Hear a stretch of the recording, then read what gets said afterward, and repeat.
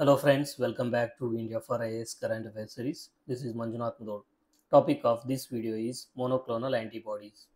So this topic, monoclonal antibodies, it falls under GS3 paper of UPSC. Within GS3 paper, the subtopic is science and technology. Within science and technology, it falls under biotechnology.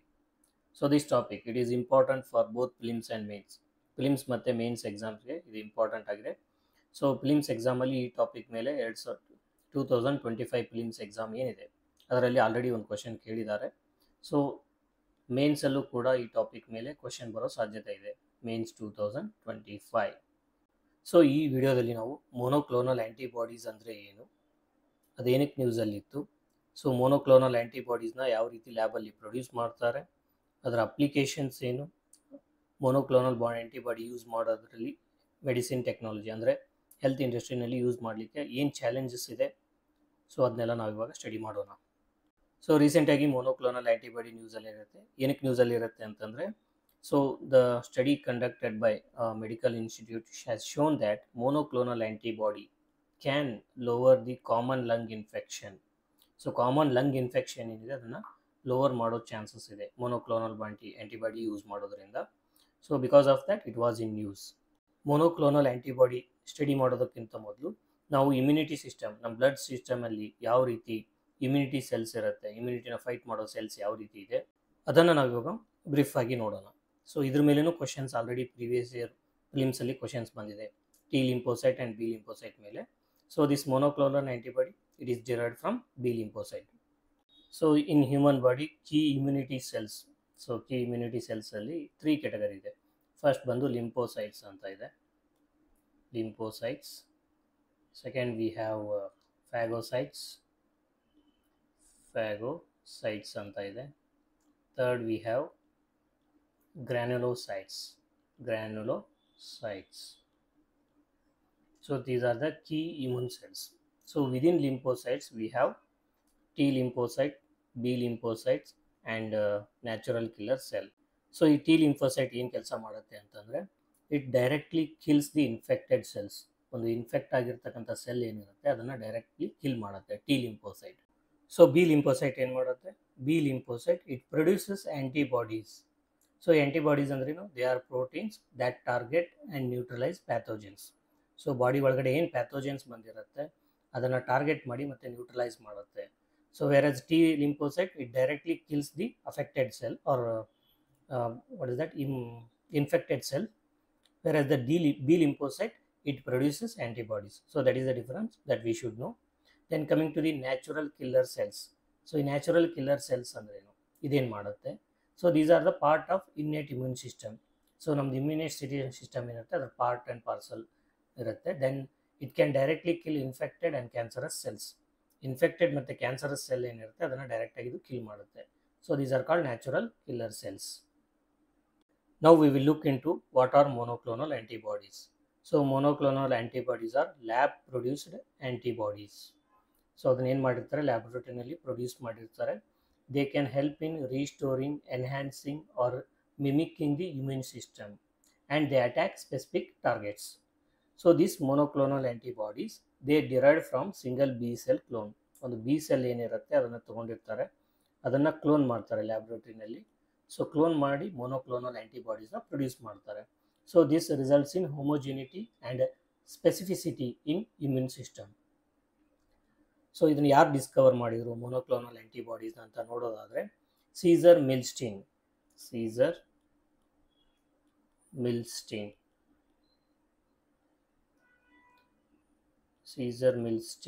and Georges Kohler.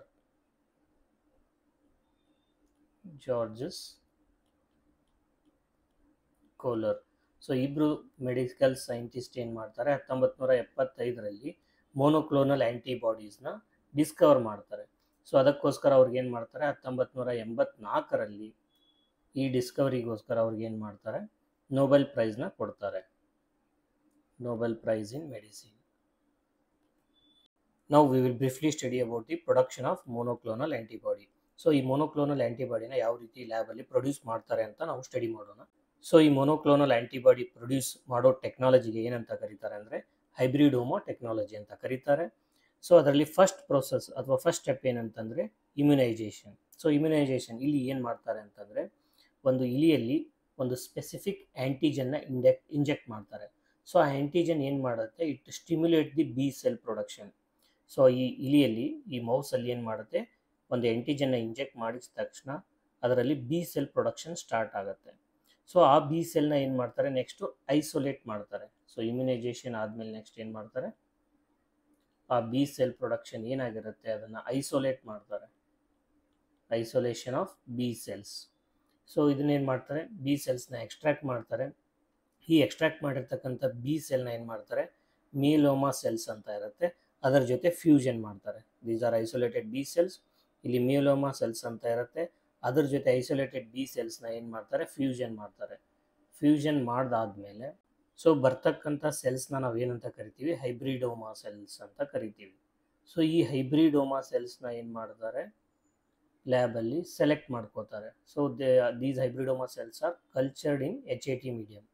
So HAT medium ಅಂತ ಇರುತ್ತೆ, ಆ ಮೀಡಿಯಮಲ್ಲಿ HAT is nothing but hypoxanthine, aminopterin, thymidine. So ಇದರಲ್ಲಿ ಏನು ಮಾಡ್ತಾರೆ, only fused cells survive ಆಗೋ ಥರ hybridoma ಸೆಲ್ಸ್ನ ಏನು ಮಾಡ್ತಾರೆ, ಕಲ್ಚರ್ ಮಾಡ್ತಾರೆ.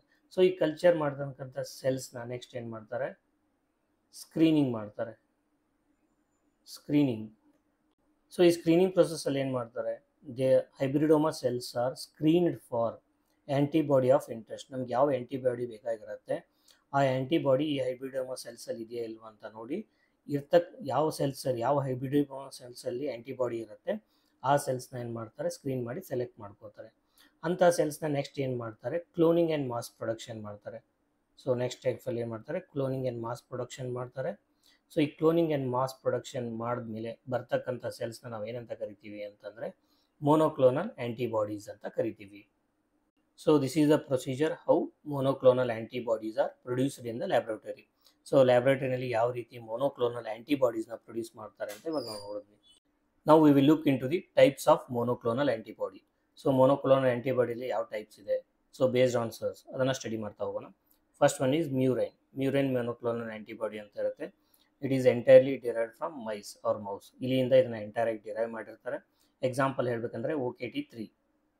Then second one is chimeric monoclonal antibody. So ಈ ಶಿಮರಿಕ್ ಮೊನೋಕ್ಲೋನಲ್ ಆ್ಯಂಟಿಬಾಡಿನ ಯಾವ ರೀತಿ ಪ್ರೊಡ್ಯೂಸ್ ಮಾಡಿರ್ತಾರೆ ಅಂದರೆ, partly it is derived from mouse and partly it is derived from humans. So example ಇದಕ್ಕೆ ಹೇಳಬೇಕಂದ್ರೆ ರಿಟುಜಿಮ್ಯಾಬ್. ಸೊ ಇದನ್ನು ಏನು ಮಾಡ್ತಾರೆ, ಕ್ಯಾನ್ಸರ್ ಟ್ರೀಟ್ಮೆಂಟಲ್ಲಿ ಯೂಸ್ ಮಾಡ್ತಾರೆ. ಥರ್ಡ್ ಒನ್ ಈಸ್ ಹ್ಯೂಮನೈಸ್ಡ್ ಅಂತ ಇದೆ. ಸೊ ಈ humanised monoclonal antibody it is mostly derived from human with only mouse hyper variable regions. So around say 90% contribution from human and 10% contribution from mouse. So ಇದಕ್ಕೆ example ಹೇಳಬೇಕಂದ್ರೆ trastuzumab ಅಂತ ಒಂದು monoclonal antibody ಇದೆ. So ಇದನ್ನು ಎಲ್ಲ use ಮಾಡ್ತಾರೆ ಅಂದರೆ breast cancer ಟ್ರೀಟ್ಮೆಂಟಲ್ಲಿ ಯೂಸ್ ಮಾಡ್ತಾರೆ. ಇನ್ನು ಫೋರ್ತ್ ಮೊನೋಕ್ಲೋನಲ್ ಆ್ಯಂಟಿಬಾಡಿ ಅಂತಂದರೆ it is fully derived from human. So ಇದಕ್ಕೆ ಎಕ್ಸಾಂಪಲ್ ನಾವು ಹೇಳಬೇಕು ಅಂತಂದರೆ ಅಡಲಿಮ್ಯುಮಾಬ್. ಸೊ ಇದನ್ನು ಏನು ಮಾಡ್ತಾರೆ, ಆಟೋಇಮ್ಯೂನ್ ಡಿಸೀಸ್ ಟ್ರೀಟ್ಮೆಂಟಲ್ಲಿ ಯೂಸ್ ಮಾಡ್ತಾರೆ. So these are the 4 types of monoclonal antibody based on source.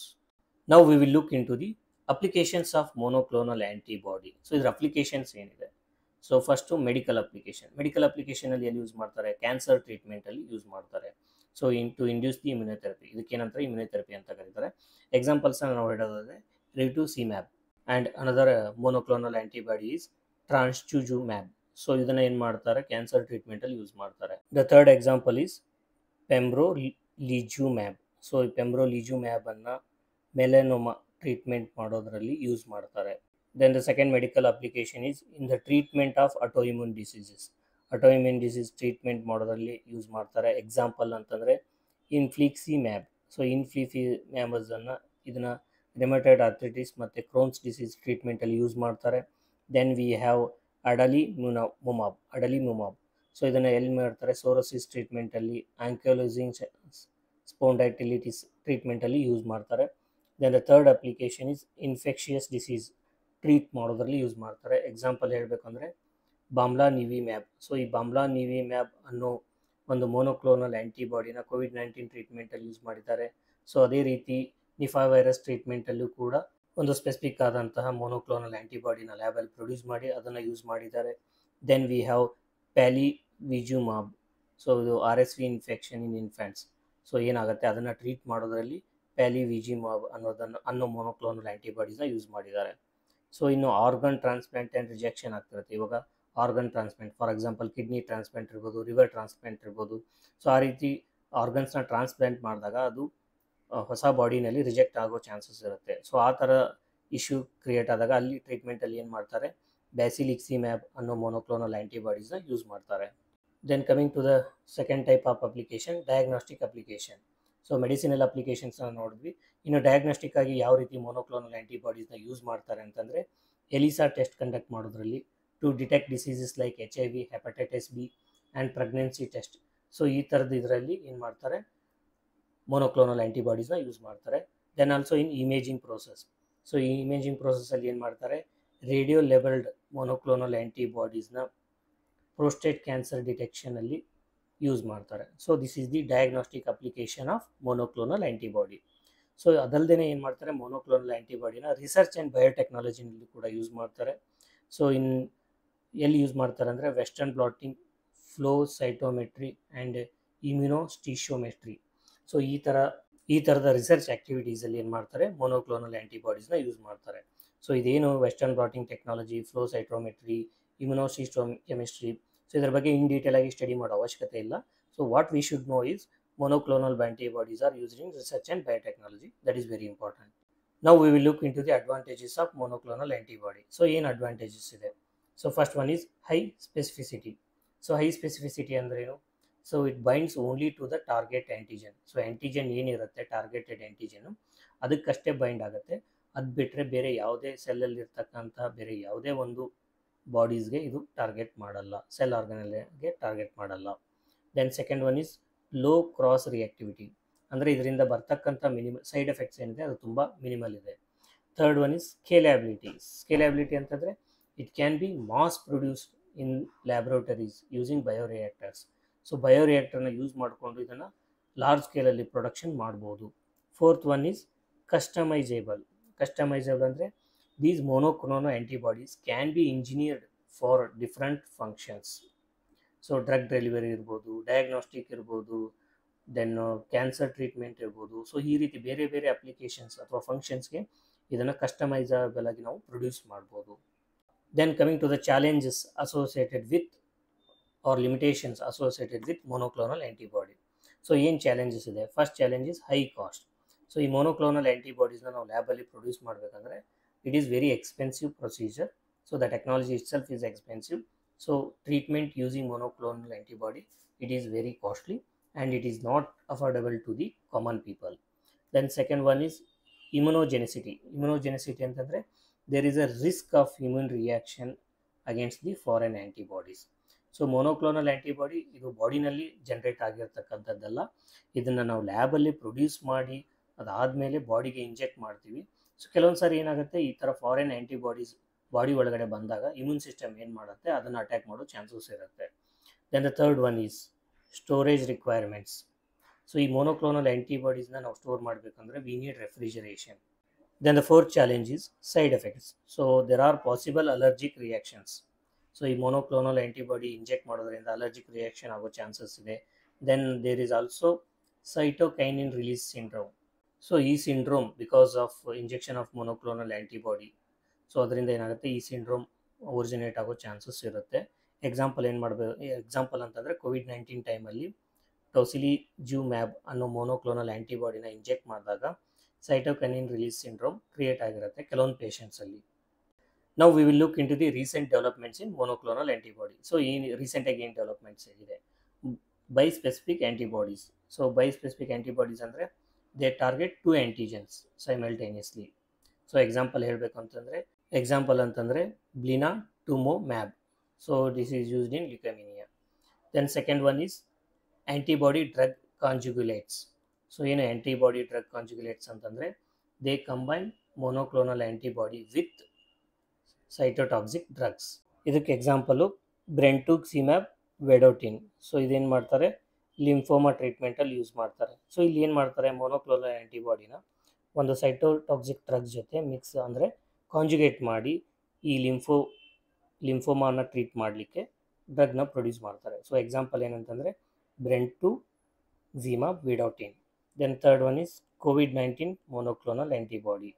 So COVID-19 ಟೈಮಲ್ಲಿ ಈ ಕೊರೋನಾ ಇದನ್ನು ಟ್ರೀಟ್ ಮಾಡಲಿಕ್ಕೆ ಕೂಡ ಏನು ಮಾಡಿದ್ದಾರೆ, ಮೊನೋಕ್ಲೋನಲ್ ಆ್ಯಂಟಿಬಾಡೀಸ್ನ ಲ್ಯಾಬಲ್ಲಿ ಪ್ರೊಡ್ಯೂಸ್ ಮಾಡಿದ್ದಾರೆ. ಸೊ ಇಂಡಿಯಾದಲ್ಲಿ ಮೊನೋಕ್ಲೋನಲ್ ಆ್ಯಂಟಿಬಾಡೀಸ್ ಪ್ರೊಡಕ್ಷನ್ನ ನಾವು ನೋಡೋದಾದರೆ 2 companies Biocon and doctor Reddy's lab they have produce monoclonal antibodies. So government initiative ಏನಿದೆ ಮೊನೋಕ್ಲೋನಲ್ ಆ್ಯಂಟಿಬಾಡೀಸ್ನ ಸಪೋರ್ಟ್ ಮಾಡಲಿಕ್ಕೆ ರಿಸರ್ಚ್ ಡೆವಲಪ್ಮೆಂಟ್ ಆ್ಯಂಡ್ ಪ್ರೊಡಕ್ಷನ್ಗೆ ನೋಡೋದಾದರೆ government has initiated national biopharma mission. So this boost the indigenous monoclonal antibody production. So this is all about monoclonal antibodies. So ನಾವು monoclonal antibody ಬಗ್ಗೆ study ಮಾಡಿದ್ವಿ ಇನ್ detail ಆಗಿ. So UPSC ಪ್ಲಿಮ್ಸ್ 2025 monoclonal antibodies ಮೇಲೆ ಪ್ಲಿಮ್ಸಲ್ಲಿ ಒಂದು question ಕೇಳಿರ್ತಾರೆ. So ಆ ಕ್ವಶನಲ್ಲಿ 3 statements ಇದೆ. ಈ 3 ಸ್ಟೇಟ್ಮೆಂಟ್ಸ್ನ ಓದಿ ನಿಮ್ಮ ಆನ್ಸರ್ನ ಕಮೆಂಟ್ ಮಾಡಿ. The detailed answer and explanation is available in the PDF handout which you can download by joining our Telegram channel. Thank you for watching. See you in the next video. Till then, happy learning.